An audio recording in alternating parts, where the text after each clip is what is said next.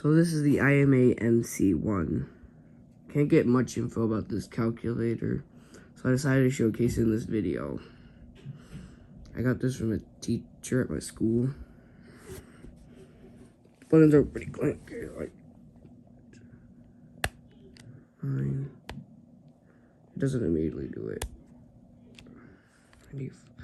but it does work.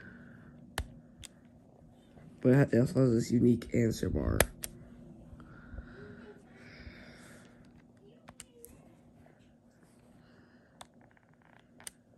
We turn around the back, we can see it has a kickstand, so it can be used as a desktop calculator.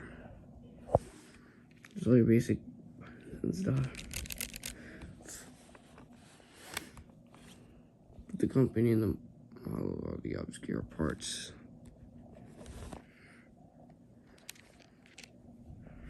The main thing that sticks out is this answer bar instead of an equal sign.